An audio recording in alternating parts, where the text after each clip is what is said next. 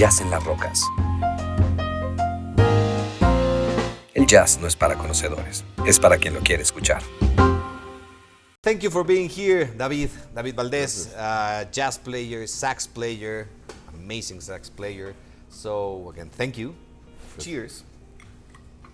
It's an honor to have you here. So tell me, how do you got into music?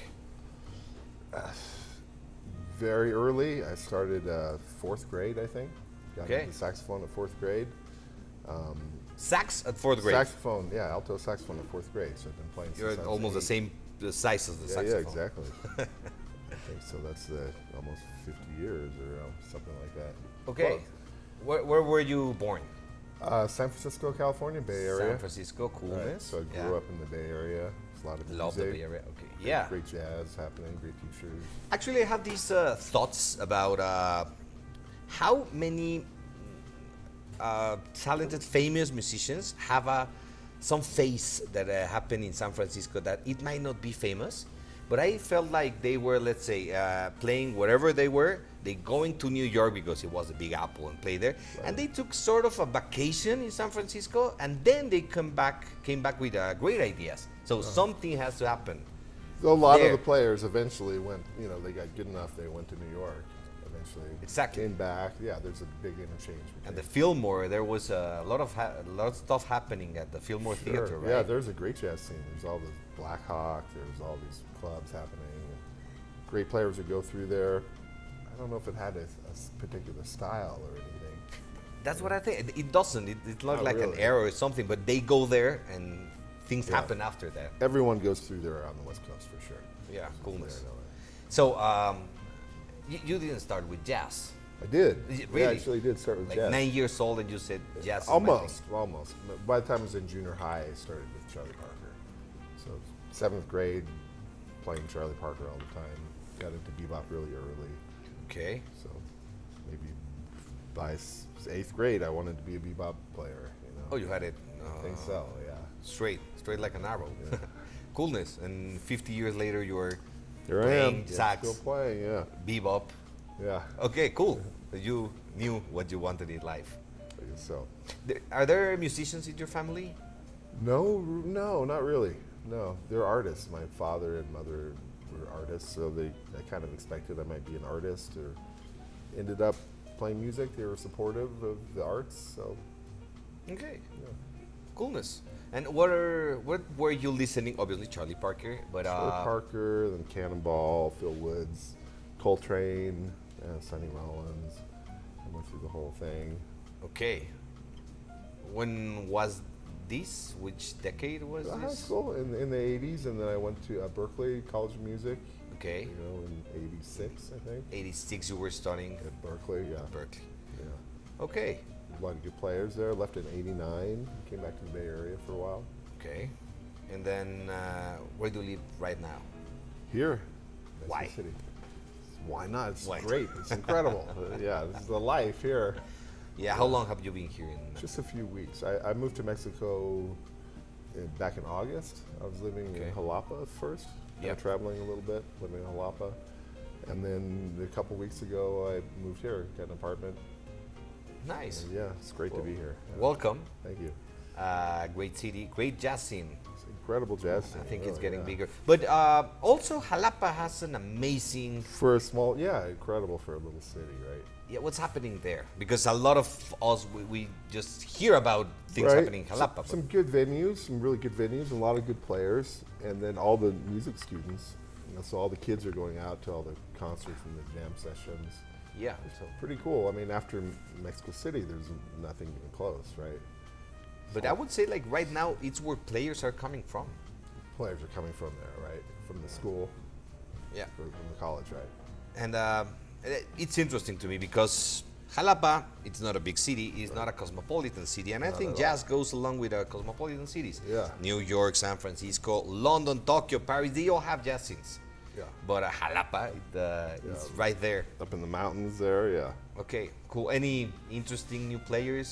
In Xalapa, Yeah. I really did not get enough into the scene. I was playing with a roadie, Okay. Martinez there Yeah. a little bit, and now in Villanueva.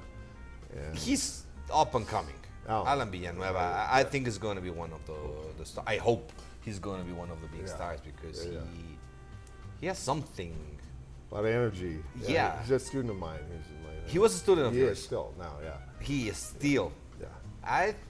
Was he with Natalia Lafourcade? I think he went to New York. Right. Yeah. Yeah. He's still playing with her, right? He played here some months ago here in Parker and Lennox. I have to admit I was amazed with the presence. You know, when someone comes into stage and feels comfortable and it's like this is what I'm playing. Right. This is it. Like I don't know. I Yeah. think he has a bright future. Definitely. Yeah. But, you were his teacher, so you are. Yeah, working with him now, yeah. How does that work? Like generation to generation? You've got to, that's part of the deal. You've got to keep bringing the next generation up. You know, you've got, if you want to play the music, you've got, it's part of your responsibility, I think. You're going to support it. You've got to bring the younger players up. You know, this is a teacher-student type of relationship thing that has to happen. And how does a, let's say, a regular lesson goes? Like he knows how to play.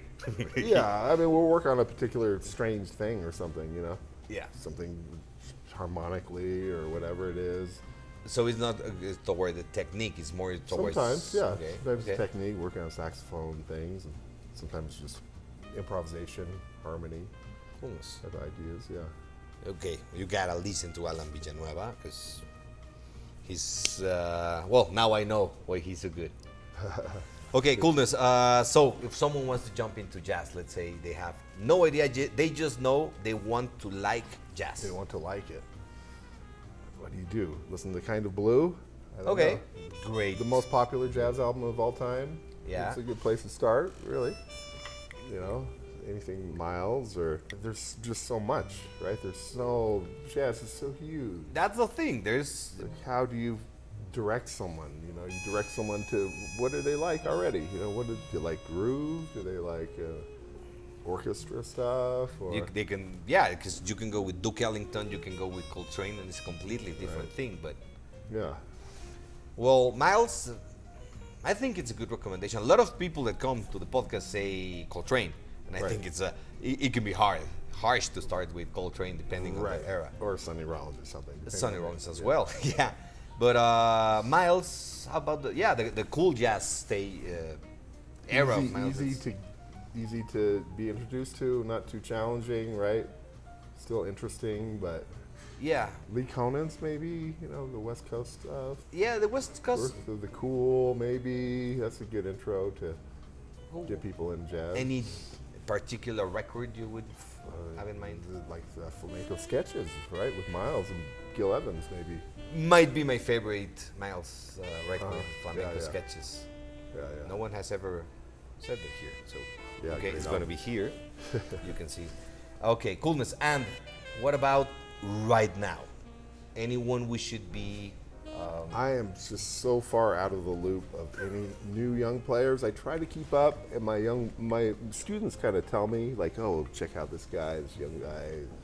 Yeah, okay, I honestly just don't listen to music in the same way I did before.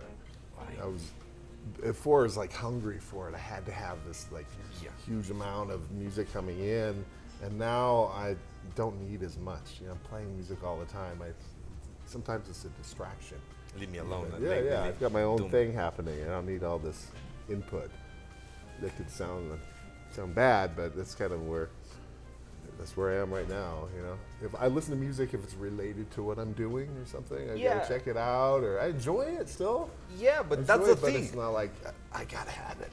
No, but it's pretty honest to say at some point you want to listen to new music. At some point you just want to be left alone and do your thing. Have your own thing, yeah. And that's Jazz Player. Right. Okay, so, well, coolness, thank you for being here. Cheers. Thanks to Okentoshen, our proud sponsor. And, well, anyone, how can we meet your music and where should we start? Let's see. I've got some stuff streaming on, Spotify, Apple Music. Okay. I have Valdez Studios, which is my SoundCloud, with all kinds of albums on there. Okay. Probably has the most.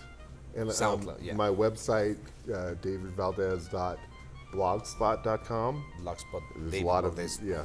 as well. Coolness. And social profiles. Instagram, Casa Valdez Studios. Casa? Yeah. Casa Valdez Studios. Right. Yeah. Coolness. Great. Go there and listen to David Valdez with us. Thank you very much. Gracias. Yeah. Jazz en las rocas. Agradecemos a nuestros patrocinadores Okentoshan y Casa del Agua.